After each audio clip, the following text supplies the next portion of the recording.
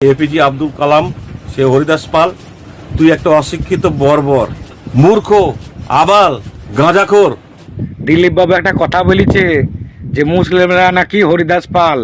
দিলীপ বাবু স্মৃতিশক্তি হারিয়ে ফেলেছে, বুড়ো বয়সে বিয়ে করেছে, যেসব ভুলে গেছে যে আমি একটা মন্ত্রী পদে আছি। তিনি কিভাবে কথাবার্তা বলবি সে কথাটাও তিনি ভুলে গিয়েছে। অল্প বয়সে বিয়ে করেছে না, বুড়ো বয়সে, এটা হওয়া উচিত। তা দিলীপ বাবু একটা কথা আপনি কান খুলে শুনিলেন, হিটলারও অনেক কিছুই ভাবতুক, এমনকি তার দেশের নাগরিককে অনেক কিছু ভাবাইতুক, এমনকি সেখানকার নাগরিক হিটলারকে পছন্দ করত।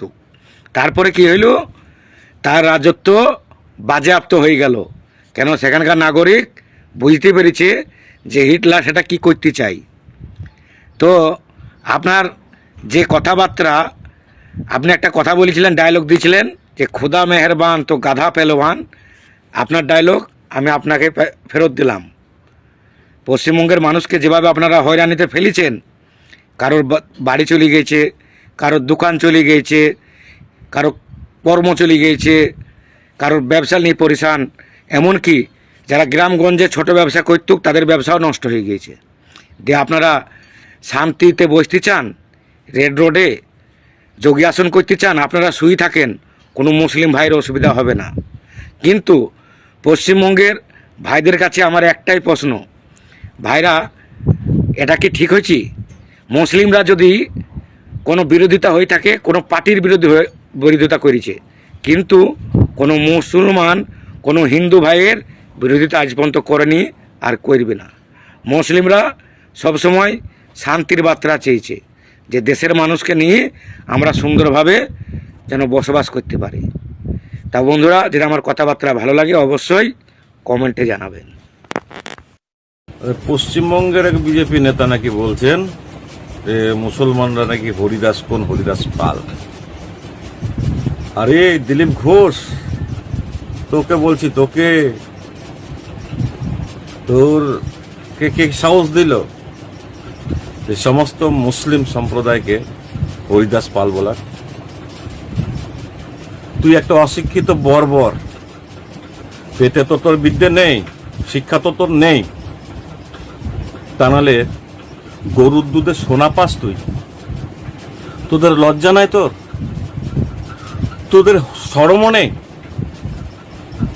যে এইভাবে একটা কোনো জাতিকে উদ্দেশ্য করে এইভাবে তুই অপমান করতে পারিস? তুই কিসের রাজনীতি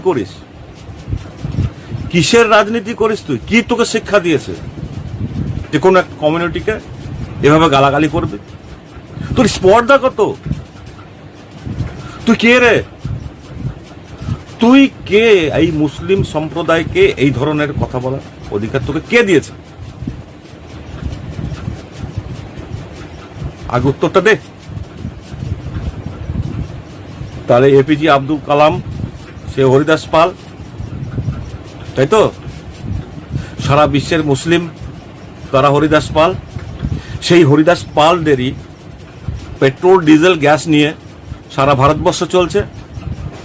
সেই হরিদাস পালকে না নিয়ে তো তোদের চলে না। তোদের পেটে শিক্ষা নেই। তোদের যে পার্টি, সেই পার্টি তোদেরকে এই শিক্ষা দিচ্ছে যে একটা সমাজকে তোমরা এইভাবে অপমান করতে?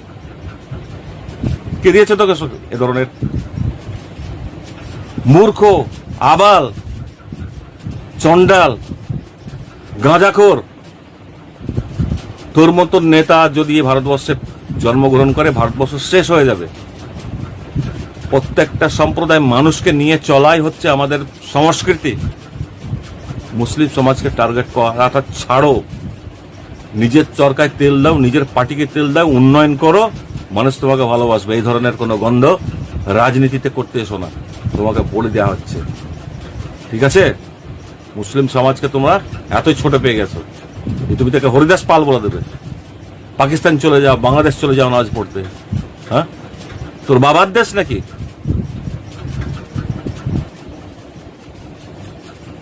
বলছিলাম দিলীপ বাবু, মুসলিমরা যদি নামাজ পড়ে তাহলে পাকিস্তান এবং বাংলাদেশ গিয়ে পড়বে। খুব ভালো কথা, খুব ভালো কথা।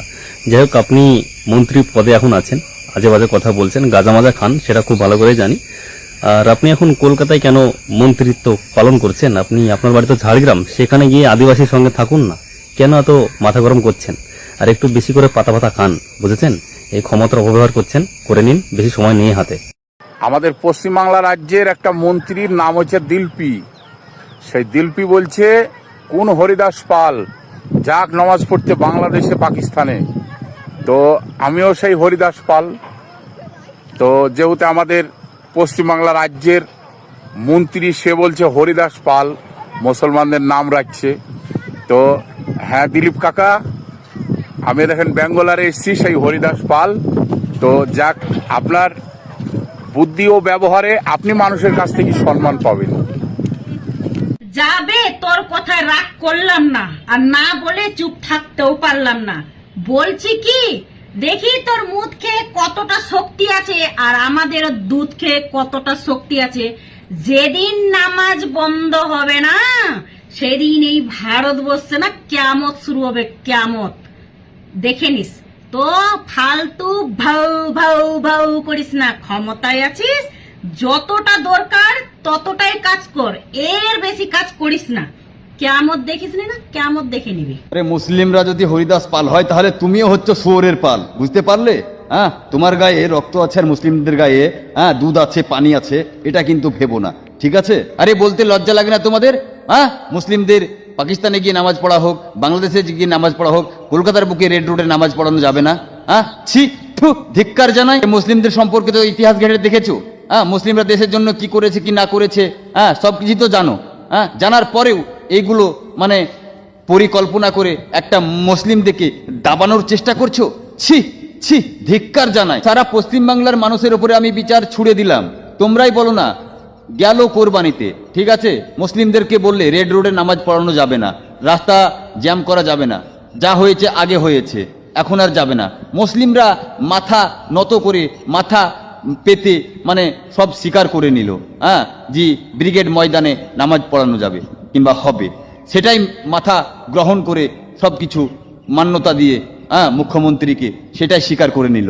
আর কিন্তু রেড রোডের নামাজটা পড়ানোর কথা আজকের না, আজ থেকে 1947 সালের আগে থেকেও কিন্তু রেড রোডের নামাজ পড়ার কথা চলে আসছে। তো ভাই, এটা ভারতীয় সংবিধানী আইনের মানে সেকুলার দেশ, গণতন্ত্র সেকুলার দেশ, এটা কি করে বোঝা যায়? যারা মন্ত্রী পদে বসে মানে এই ধরনের কথাবার্তা মানে অশ্লীল করে যদি তারা বলে হরিদাস পাল পাকিস্তানে গিয়ে নামাজ পড়া হোক, বাংলাদেশে গিয়ে নামাজ পড়া হোক, ইন্ডিয়ার বুকে কলকাতার বুকে মানে রেড রোডে মানে নামাজ পড়ানো যাবে না, আর এটা আমরা হতে দেব না। আমরা এসেছি যখন, আমরা সব কিছু আস্তে আস্তে বন্ধ করে দেব। এটা কি একটা মন্ত্রীর মুখে সভা পায় কখনো? এরা তো তাহলে দেশকে শাসন করতে আসেনি, এরা তো হিন্দু মুসলমানের মধ্যে দাঙ্গা লাগাতে এসেছে।